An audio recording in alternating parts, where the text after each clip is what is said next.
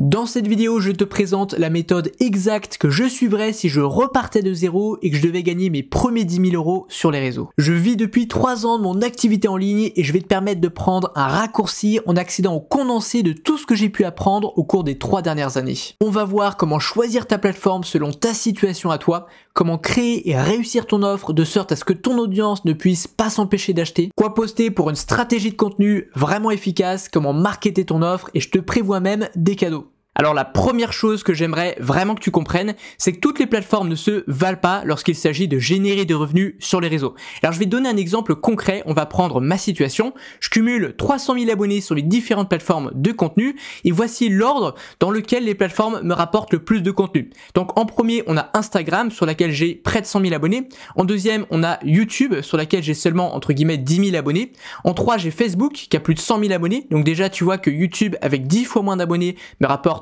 plus que Facebook. Et en 4e, on a TikTok qui avec 68 000 abonnés, eh bien me rapporte 5 fois moins que YouTube, alors que j'ai quasiment 7 fois moins d'abonnés sur YouTube que TikTok. Alors, par quoi ça s'explique? Eh bien, ça vient du fait que pour générer des revenus importants sur les réseaux, tu dois être en mesure de faire 4 choses. D'abord, tu dois pouvoir attirer des gens, donc faire de l'acquisition. Mais cette audience, tu dois aussi pouvoir la fidéliser. Donc là, déjà, on comprend pourquoi TikTok, c'est pas terrible. Ensuite, il faut que tu puisses extraire les utilisateurs, tes abonnés de la plateforme. Parce qu'on ne vend pas sur les réseaux, on va en reparler par la suite. Il faut que tu puisses capturer des emails, des numéros de téléphone, générer des calls, etc.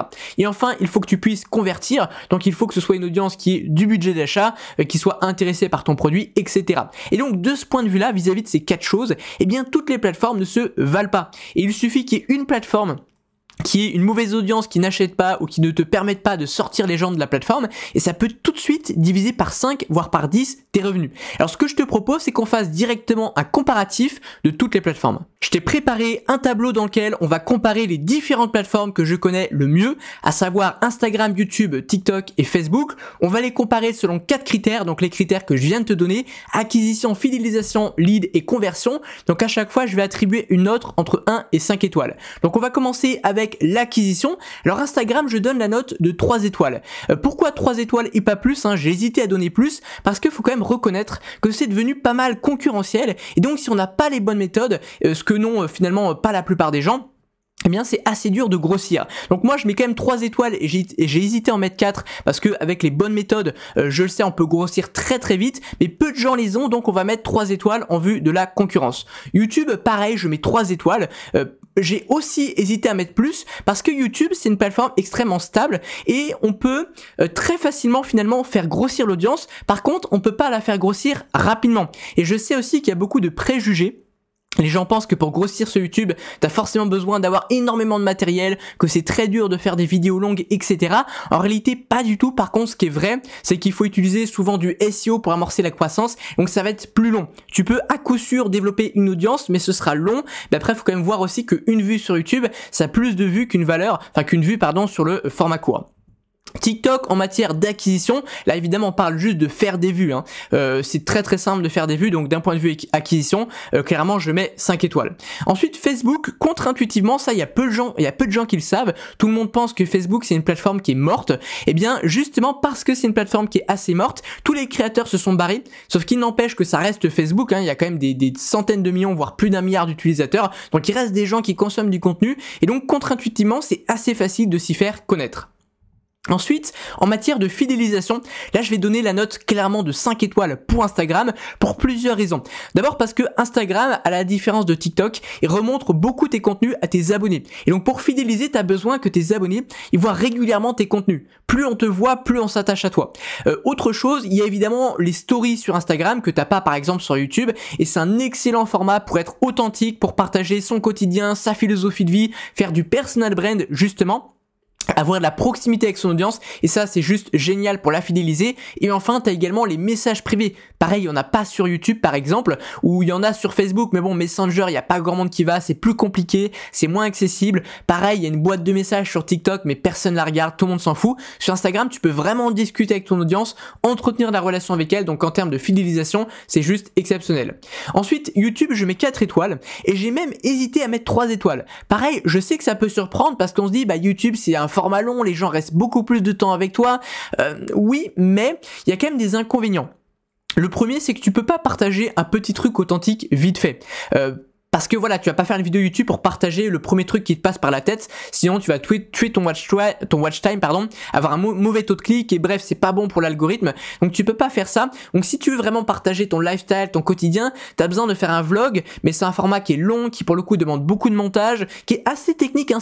Ça paraît facile un vlog, mais en réalité, faut un arc narratif, etc. C'est pas si facile que ça. Donc tu peux difficilement, poster de manière spontanée. Tu peux pas discuter directement avec ton audience à part en commentaire. J'ai quand même mis 4 étoiles parce que ça reste du format long et que YouTube remonte beaucoup tes contenus à tes abonnés, donc tu as quand même ce côté là pour la fidélisation. TikTok, clairement, c'est 1 étoile. La fidélisation, c'est 0 à chaque fois que tu postes. L'algorithme, il trouve tout le temps des nouvelles personnes, c'est très peu tes abonnés qui revoient ton contenu. Il n'y a pas de fidélisation, les gens ils regardent que quelques secondes ton contenu, tu peux pas discuter avec ton audience, bref, il n'y a rien, c'est vraiment dégueulasse pour ça. Facebook, je mets 3 étoiles, j'aurais presque pu mettre 2, c'est pas terrible. Facebook remonte quand même plus tes contenus que TikTok. Tu peux un petit peu discuter éventuellement par Messenger, mais bon, c'est un peu de plus en plus mort Messenger, donc c'est pas terrible, je mets 3 étoiles. Ensuite, pour l'acquisition de leads, là clairement Instagram c'est génial. T'as le command to DM automation, tu dis aux gens de commenter un mot et après avec un outil comme ManyChat, tu peux envoyer une ressource et les gens du coup pour récupérer la ressource, ils laissent leur email, ça envoie automatiquement un message par DM.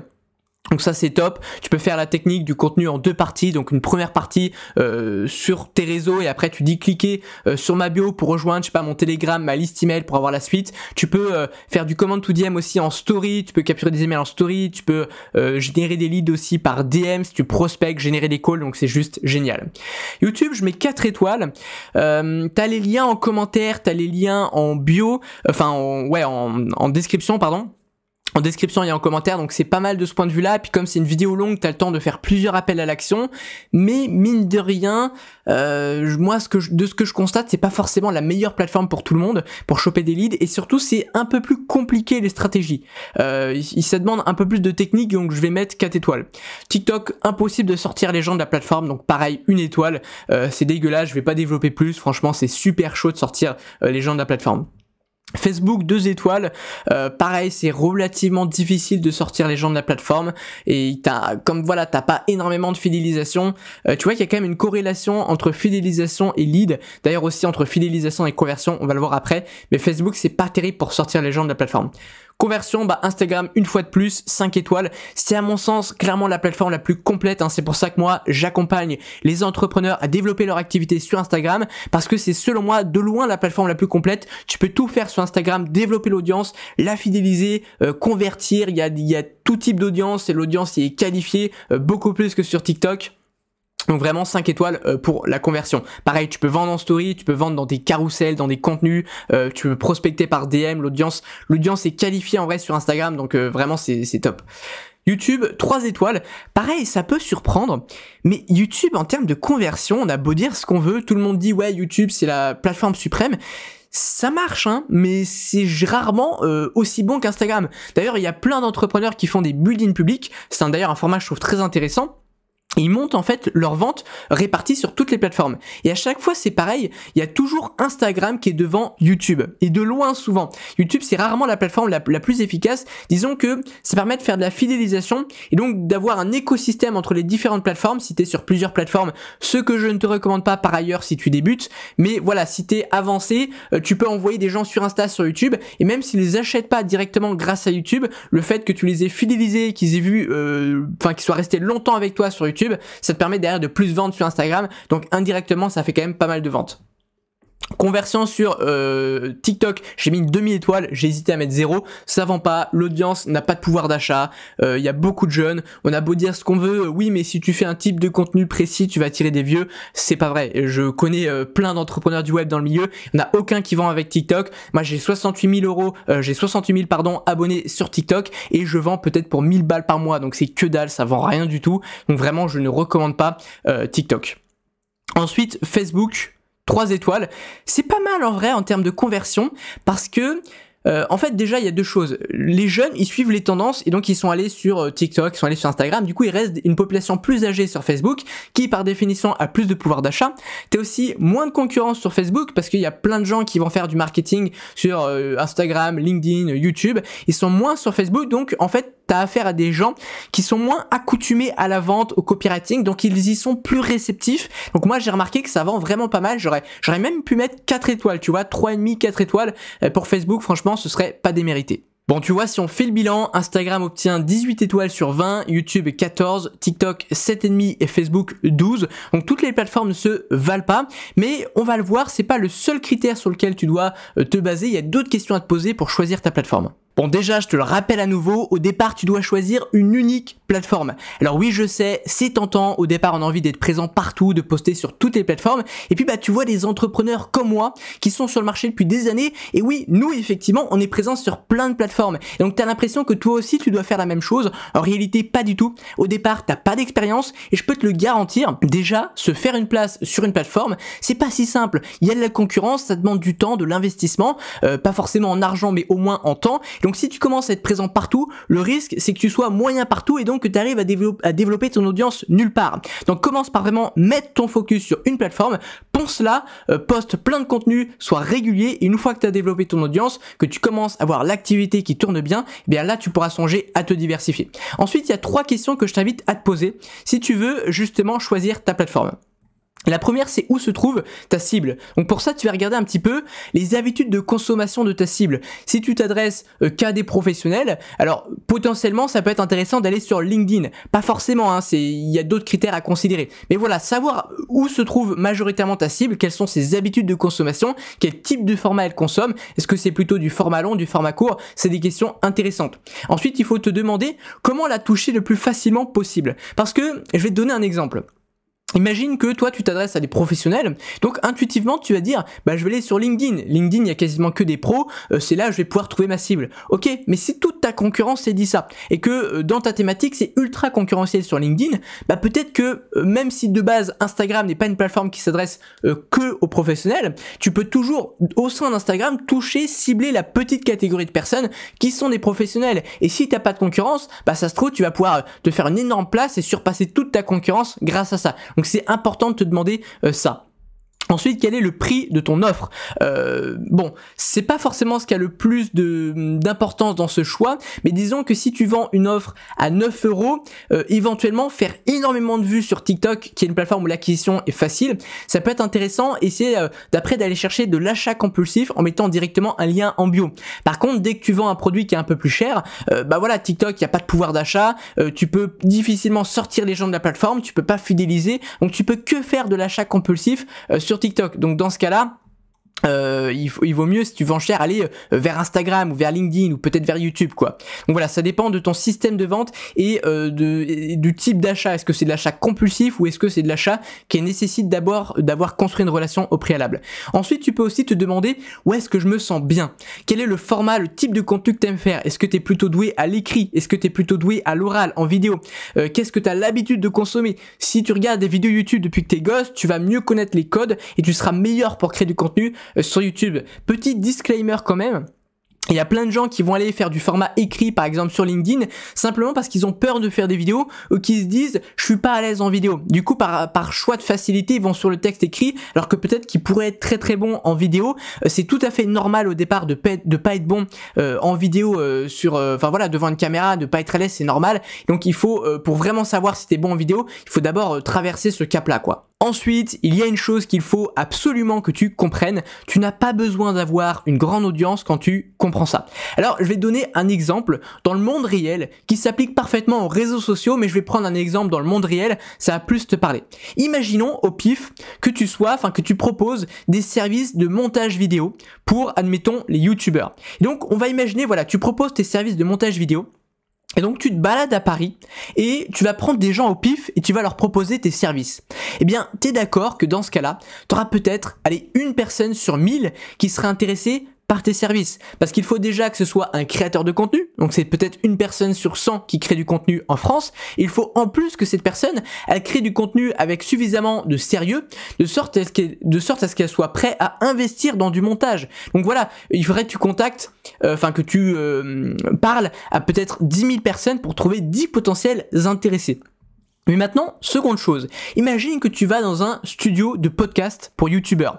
Donc qu'est-ce que tu vas trouver dans un studio de podcast? Que des gens qui sont créateurs de contenu. Donc déjà, l'échantillon de base est bien meilleur. Et en plus, ce sont des créateurs de contenu qui ont été prêts à payer 100 balles de l'heure, parce que c'est à peu près ce que ça coûte, une heure de studio, d'enregistrement, pour tourner leur contenu. Donc c'est probablement des gens qui ont un projet sérieux, qui ont déjà du budget, qui ont du pouvoir d'achat, qui sont probablement des entrepreneurs qui créent des contenus en fait pour leur marque, pour leur entreprise, pour trouver des clients, donc pas juste des créateurs qui le font pour s'amuser. Et donc dans ce contexte-là, t'as plus une personne sur 1000, mais t'as peut-être une personne sur 3 qui peuvent être intéressés à ce que tu leur proposes des services de montage vidéo. Et donc finalement ce que tu vois, c'est que là, dans ce cas-là, t'as 333 fois plus de chances de tomber sur quelqu'un d'intéressé en étant au bon endroit.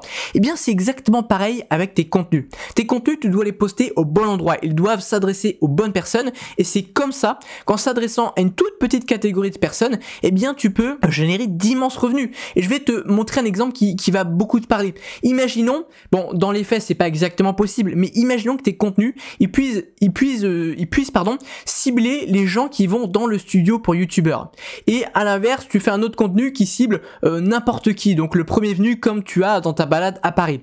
Bien ça veut dire qu'en faisant 100 vues en touchant les personnes du podcast vidéo, tu ferais l'équivalent de 33 300 vues de quelqu'un qui toucherait n'importe qui en termes de vente, parce qu'il faut, c'est le nombre d'intéressés, le nombre de gens qui peuvent acheter qui compte. Pareil, si tu fais 1000 vues, c'est comme si tu avais fait 330 000 vues en touchant n'importe qui. 10 000, 3 333 000 vues. Donc c'est comme ça que tu comprends qu'en fait, il y a des gens, ils ont une petite chaîne YouTube, ils font 200 vues par vidéo et ils gagnent 15, 20 000 euros par mois. Alors, c'est pas la majorité, évidemment, mais on prend un exemple, voilà, un avocat fiscaliste. Il fait chaque jour des vidéos pour t'aider à t'expatrier à Dubaï, par exemple. Bah, tu sais que ce genre de contenu, tu vas pas tomber dessus par hasard. Chacune des 200 vues, enfin des 200 personnes qui regardent chaque vidéo, ce sont des entrepreneurs qui ont prévu, ou du moins qui pensent au moins, à s'expatrier à Dubaï. Donc derrière l'avocat fiscaliste, il va vendre la rédaction des statuts pour 5 ou 10 000 balles. S'il trouve 3-4 clients par mois, bah déjà il peut faire 10, 15, 20 000 balles par mois avec 200 vues, parce qu'il touche exactement les bonnes personnes. Alors dans les faits, si tu fais 100 vues, tu toucheras jamais exactement 100 personnes qui sont, qui vont dans des studios pour youtubeurs. Mais tu vas avoir une audience beaucoup plus qualifiée, et donc en général ce qu'on se rend compte, c'est qu'en touchant les bonnes personnes, on gagne la même chose qu'un influenceur mainstream en faisant à peu près de 30 à 100 fois moins de vues. C'est-à-dire que si tu fais 100 vues, tu fais l'équivalent de à peu près 10 000 vues pour un influenceur. C'est cet ordre de grandeur là qu'il faut comprendre. Donc si tu fais 500, 600, 700 vues sur YouTube, tu peux largement très bien gagner ta vie et faire du 5 chiffres par mois. Mais bien entendu, pour que tout ça soit vrai, il faut évidemment que tu aies une bonne offre, sinon tu vas pas vendre. Donc c'est ce que je vais t'apprendre à faire dans cette partie de vidéo, je vais t'apprendre à créer une bonne offre, comment la réussir. Et la première chose que je t'invite à te demander, c'est la question suivante: quels sont les freins, les problèmes que rencontrent les gens de mathématiques pour atteindre X résultats, ce qu'ils veulent faire finalement. Et en fait, ton offre, c'est simplement le véhicule qui va venir solutionner le frein ou le problème de ton audience. Parce qu'en fait, il faut voir les choses comme ça. Ton audience, elle est dans une situation actuelle. Elle a un objectif qu'elle n'a pas atteint. Et ensuite, elle a un objectif, elle a sa situation une fois que l'objectif est atteint. Et entre les deux situations, finalement, il y a tout un cheminement et au cours duquel ils vont rencontrer des obstacles, des freins, des problèmes, des blocages. Et bien en fait, ton offre, c'est une transformation de la situation actuelle à la situation désirée. Et la situation désirée, c'est une fois l'objectif atteint, quoi. Donc tu vois, c'est le véhicule qui va permettre de vaincre les obstacles, les freins, les problèmes, etc. pour permettre à ton audience d'atteindre son objectif. Et je vais te donner des exemples pour que ça te parle un peu plus. Imaginons que tu sois dans la thématique du tennis et que tu aides, par exemple, les joueurs de tennis à monter en classement. Eh ben, tu peux te poser la question, du coup, quels sont les freins, les blocages? Ça peut être par exemple, qu'est-ce qui empêche les gens de monter 15-1? Ensuite, donc, tu apportes les réponses. Bon voilà, moi c'est pas mathématique, tu trouves tes réponses, mais ça peut être plus offensif, la lecture du jeu de l'adversaire, savoir varier plus le jeu, etc. Donc ça peut être les freins. Et donc tout ça, c'est des idées de produits. Après, ça peut être par exemple, tu peux faire un cours vidéo. Alors oui, je sais, les gens pensent que parce que c'est du sport, jamais les gens vont acheter des formations en ligne. Je peux t'assurer que je connais des gens qui font des cours de golf, des cours de tennis, des cours de tir sportif et qui cartonnent.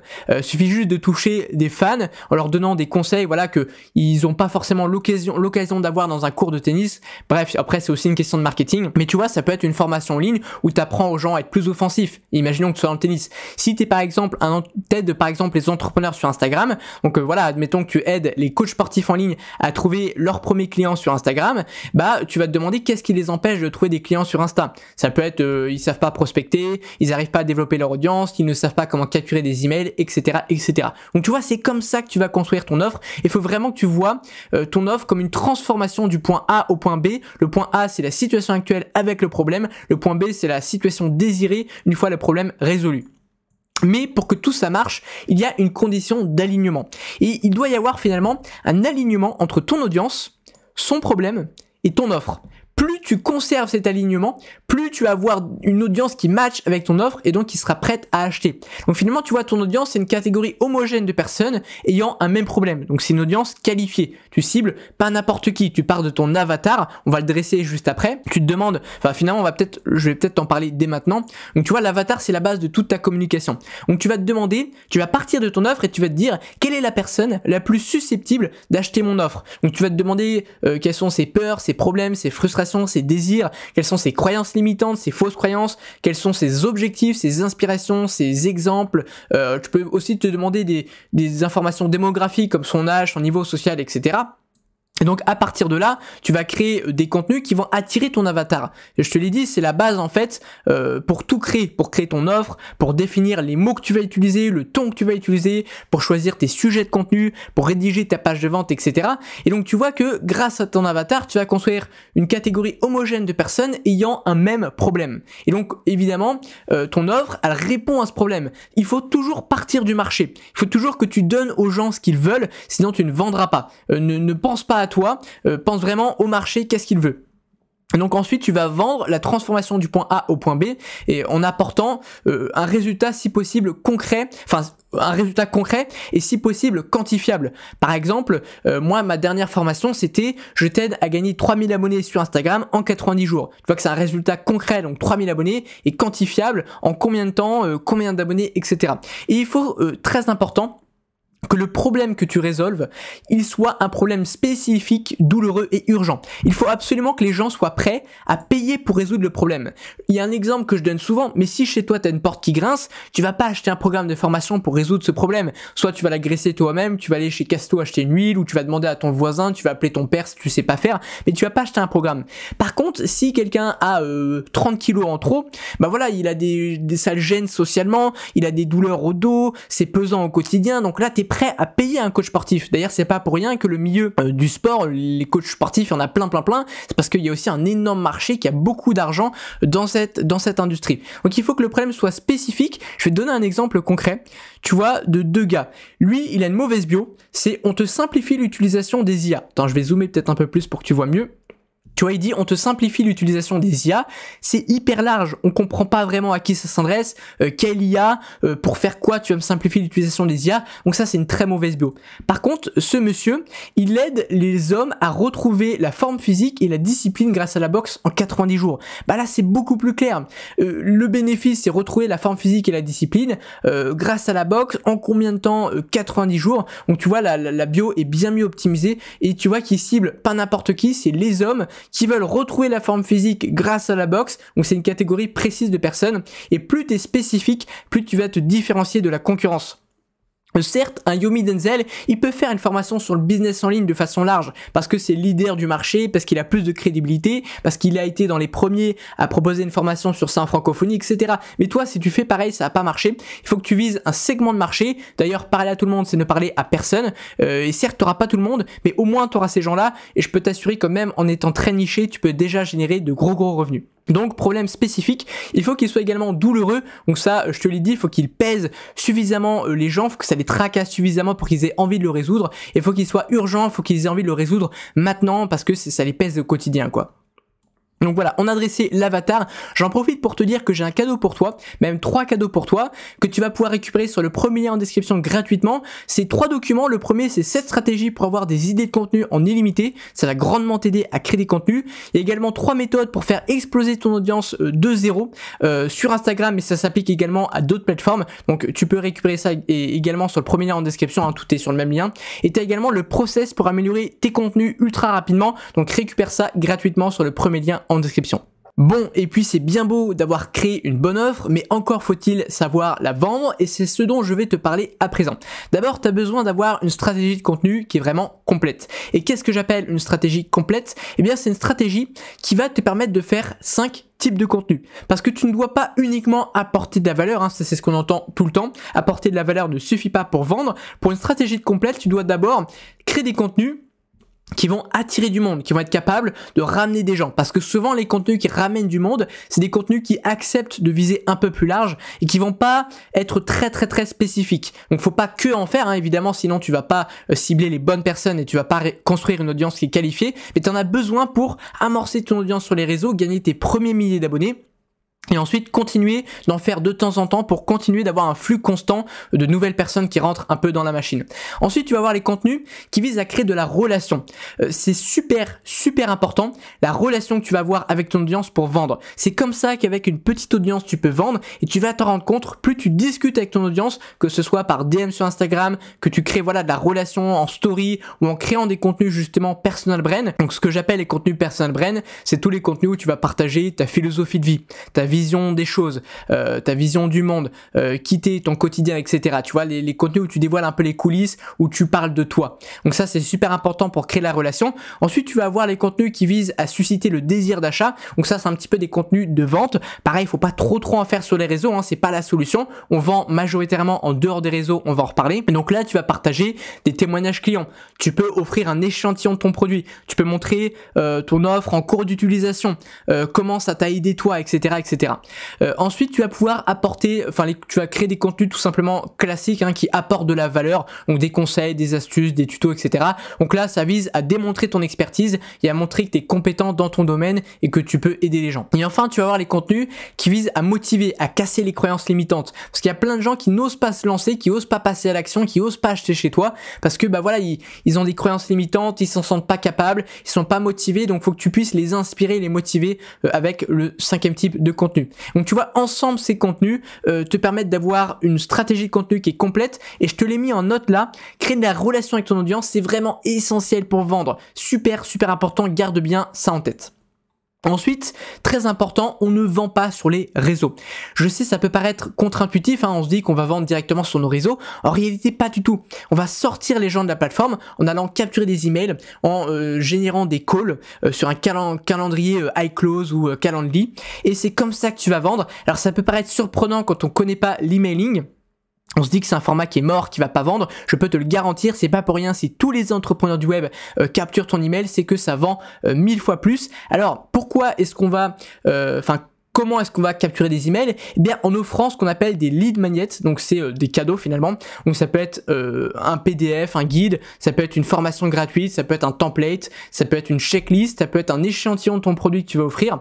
Donc là, c'est important que tu te formes au marketing par email pour ensuite aller vendre à ta liste email. Ensuite, tu peux également générer des calls. Alors, pourquoi est-ce qu'on génère des calls? Généralement, c'est pour les produits qui valent cher. Tu vas pas, ce que j'appelle un call, c'est un Google Meet où tu vas vendre ton offre directement en one-one, donc c'est ce qu'on appelle un appel de closing. Donc ça dure généralement entre 30 minutes à 1 heure, donc c'est long. Donc forcément, tu vas pas prendre les gens au téléphone 30 minutes à 1 heure si c'est pour vendre un produit à 10 balles, tu seras à perte. Donc c'est souvent pour les produits qui coûtent au moins 500 balles, parce que le fait d'avoir la personne en visio ou au téléphone, ça te permet de créer de la confiance et donc de pouvoir vendre plus cher. Mais si c'est des petits produits, en fait, tu les vends directement par email, tu fais du marketing par email où tu envoies le lien vers ta page de vente et les gens peuvent acheter. Mais pour un produit cher, il y a besoin de plus de confiance. Donc là, tu vas offrir finalement des appels stratégiques, des appels découvertes où tu peux faire la promo de ton calendrier dans ta newsletter pour aller choper des rendez-vous par call, des calls.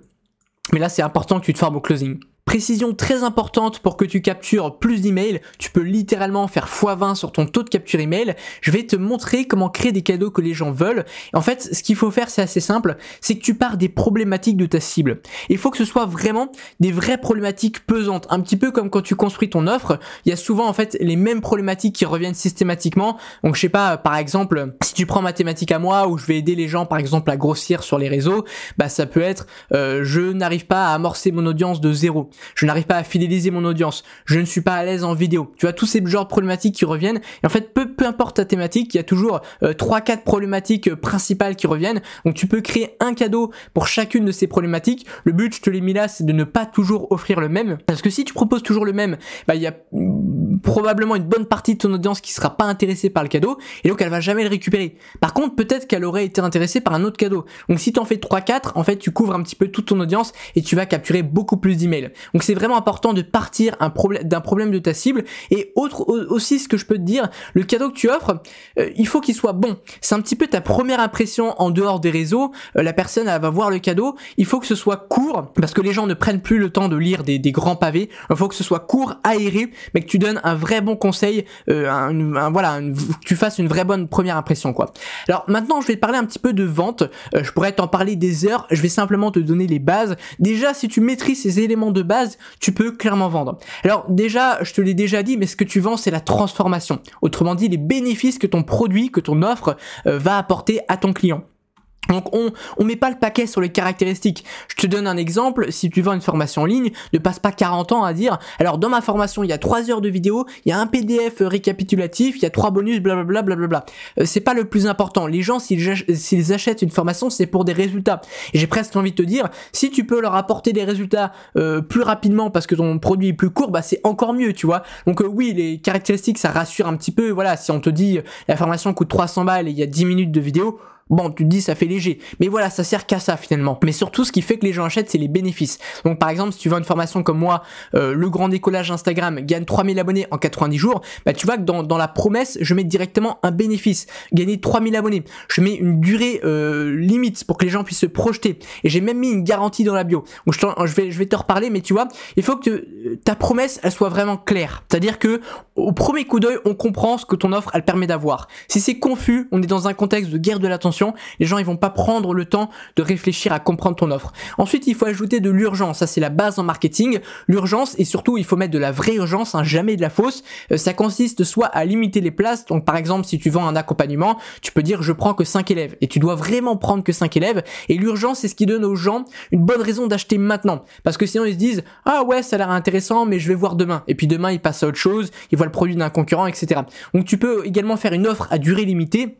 D'ailleurs j'en profite, hein, si ça vous intéresse, il y a jusqu'à demain soir, enfin du coup jusqu'au mercredi 13 novembre à minuit, si vous voyez cette vidéo à temps, ma formation le grand décollage Instagram est à moins 70% et je vous donne toute la méthode pour gagner au moins 3000 abonnés en 90 jours, et si vous appliquez la méthode et que vous ne gagnez pas au moins 3000 abonnés, eh bien je vous rembourse intégralement, donc vous ne prenez aucun risque. Donc si vous voyez cette vidéo avant le mercredi 13 à minuit, je vous mettrai le lien en épinglé dans les commentaires si ça vous intéresse. Donc voilà, ensuite, ce qui est important, donc je vous l'ai dit, on vend les bénéfices, tu peux faire une grande liste de bénéfices, tu peux utiliser aussi les garanties, donc comme celle que je viens de proposer là dans le grand décollage, ça rassure les gens, surtout quand c'est des produits digitaux. Les gens dans le domaine de la formation en ligne, ils sont méfiants, parce qu'il y a beaucoup de gens qui vendent des formations de merde, il y a aussi des gens qui font du marketing super agressif, donc ils ont tué un petit peu la réputation, donc tu as besoin, même si tu es un très bon formateur, tu as besoin de rassurer les gens, et une garantie, bah ça montre que tu as confiance en ta méthode et que tu es prêt à prendre les risques, quoi.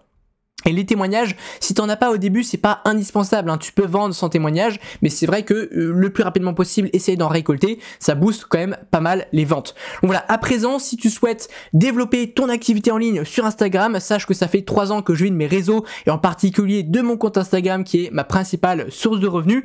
J'ai créé au total 20 programmes de formation en ligne, ça c'était le 20e. Donc si tu veux que je t'accompagne pour développer ton activité de A à Z, sache que je suis capable d'identifier au premier coup d'œil tes problèmes, que ce soit pour développer ton audience, pour la fidéliser, pour vendre, pour positionner ton offre, pour améliorer ton offre, etc. Donc tu peux réserver un appel stratégique offert sur le premier lien en description.